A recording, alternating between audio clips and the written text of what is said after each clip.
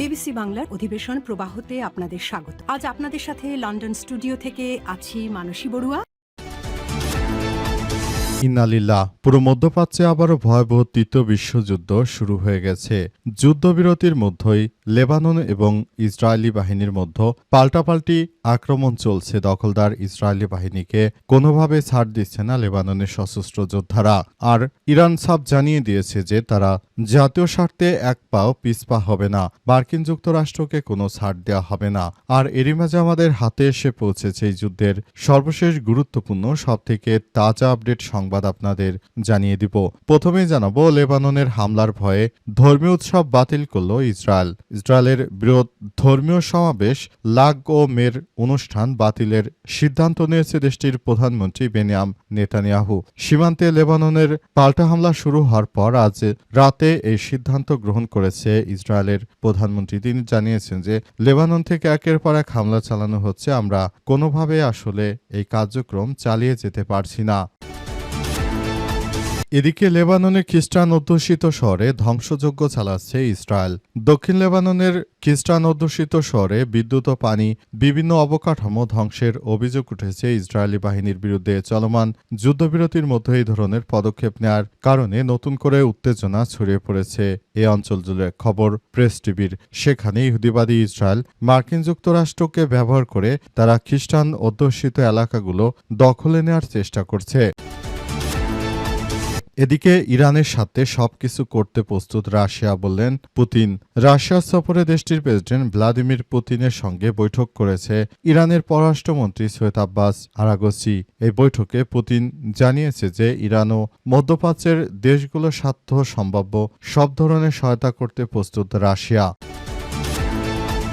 এবারে জানাবো, নিজেদের পণ্য রপ্তানিতে নিষেধাজ্ঞা দিল ইরান। নিজেদের পণ্য রপ্তানিতে নিষেধাজ্ঞা দিয়েছে ইরান। দেশটি আগামী 30শে মে পর্যন্ত স্টিল, স্ল্যাব ও শীট রপ্তানি নিষিদ্ধ করেছে।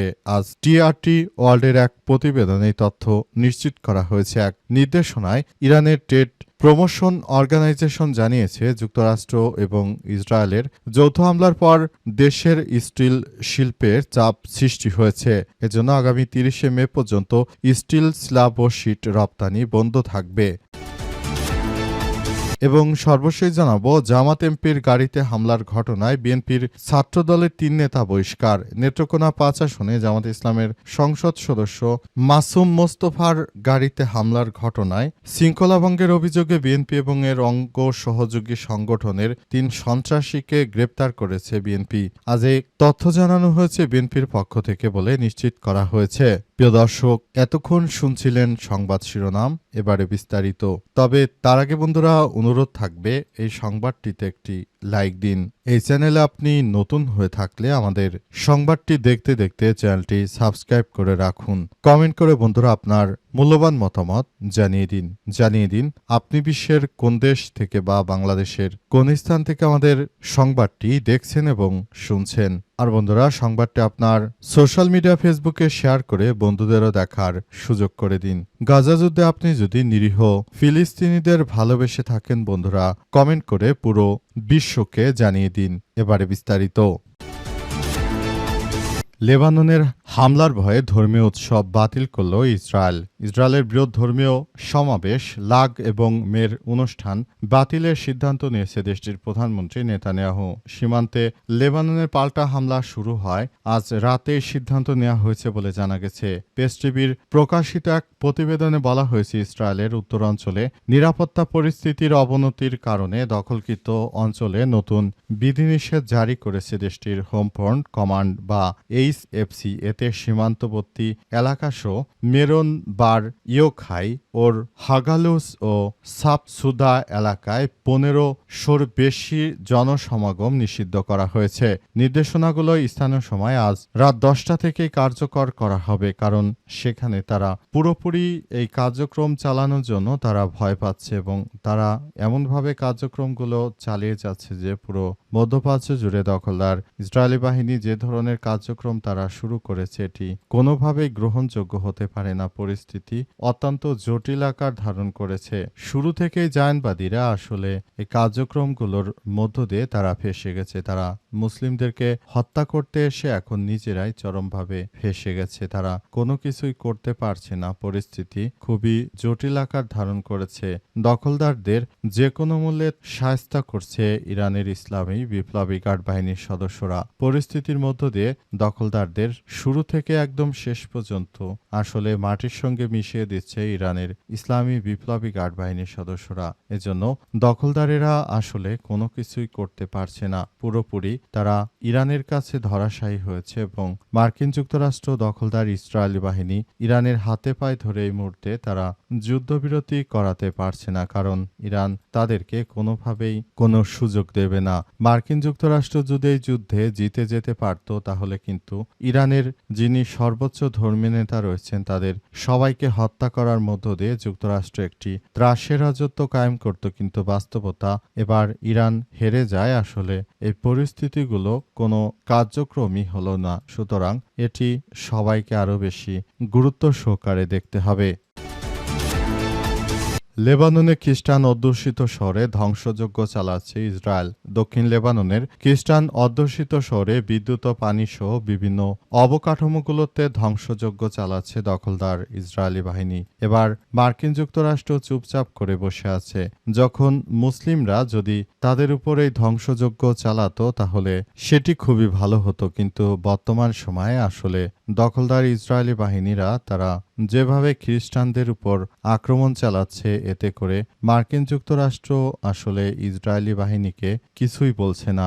এর থেকে প্রমাণিত হয় যে তারা নিজেদের থেকেও বেশি ইহুদিবাদী ইসরায়েলের কাছে ধরাশায়ী, কারণ যারা আমেরিকার সরকারের দায়িত্বে রয়েছেন তারা কিন্তু জায়নবাদীদের অর্থের কাছে নিজেকে সোপার্দ করে দিয়েছে। সুতরাং এই ব্যক্তিরা কখনোই নিজেদের খ্রিস্টানদেরকেও যদি হত্যা করা হয় তাহলে তারা কিন্তু কোনো কিছুই করতে পারে না।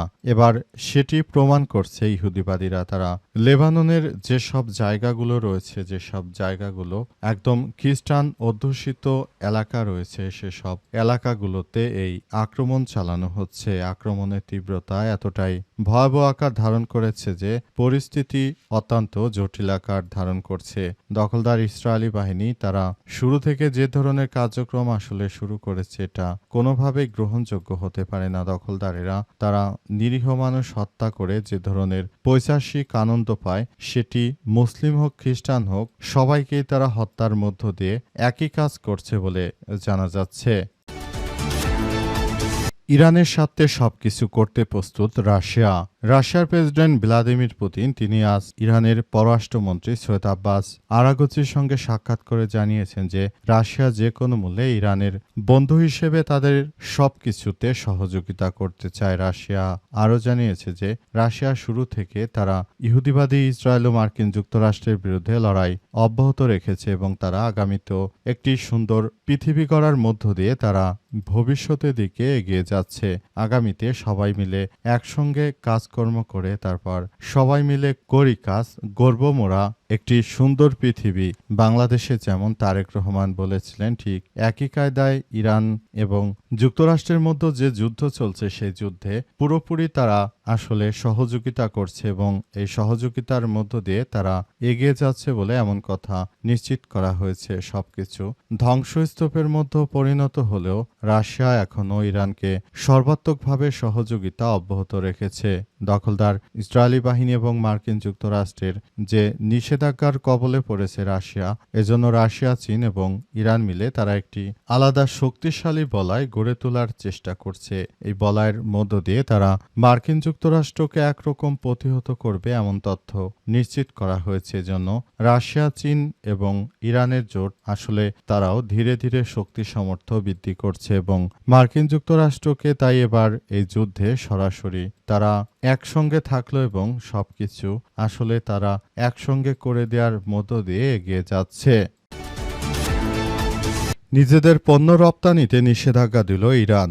নিজেদের পণ্য রপ্তানিতে নিষেধাজ্ঞা দিয়েছে ইরান। দেশটি আগামী 30শে মে পর্যন্ত স্টিল স্ল্যাব ও শীট রপ্তানি নিষিদ্ধ করেছে। আজ টিআরটি ওয়ার্ল্ডের এক প্রতিবেদনে এই তথ্য নিশ্চিত করা হয়েছে। এক নির্দেশনায় ইরানের ট্রেড প্রমোশন অর্গানাইজেশন জানিয়েছে, যুক্তরাষ্ট্র ও ইসরায়েলের যৌথ হামলার পর দেশের স্টিল শিল্পের চাপ সৃষ্টি হয়েছে। জন্য আগামী 30শে মে পর্যন্ত স্টিল স্ল্যাব ও শীট রপ্তানি বন্ধ করা হয়েছে। এর আগে ইরানে স্টিল উৎপাদকদের সংগঠনের এক কর্মকর্তা জানান, জরুরি ভিত্তিতে স্টিল স্ল্যাব ও হট রোলড শীট আমদানির পরিকল্পনা নেওয়া হচ্ছে। তিনি শিল্প প্রতিষ্ঠানগুলোকে আগামী 2 মাসের জন্য কাঁচামালের চাহিদা সতর্কভাবে ব্যবস্থাপনার জন্য আহ্বান জানিয়েছেন। এদিকে ইরান যুক্তরাষ্ট্র যে যুদ্ধ শুরু হয়েছে, যুদ্ধ আদতে কবে শেষ হচ্ছে এসব বিষয় নিয়ে কেউই স্পষ্টভাবে কোনো বার্তা দিতে পারেনি। অনেকেই বলাবলি করছে যে যুদ্ধ শুরু হয়েছে, যুদ্ধ হয়তো কবে থামবে তার কোনো ঠিক নেই। এ অবস্থায় ইরান যে কোনো মূল্যে দখলদার ইসরায়েল বাহিনী ও মার্কিন যুক্তরাষ্ট্রকে চাপে ফেলতে বিভিন্ন কৌশল তারা অবলম্বন করছে। কৌশলগুলো অবলম্বনের মধ্য দিয়ে তারা মূলত আবারও সবকিছুর দিকে এগিয়ে যাচ্ছে। আগামীতে তারা এই কার্যক্রমগুলো চালাবে বলে এমন তথ্য শোনা যাচ্ছে এবং সেভাবেই তারা চলছে।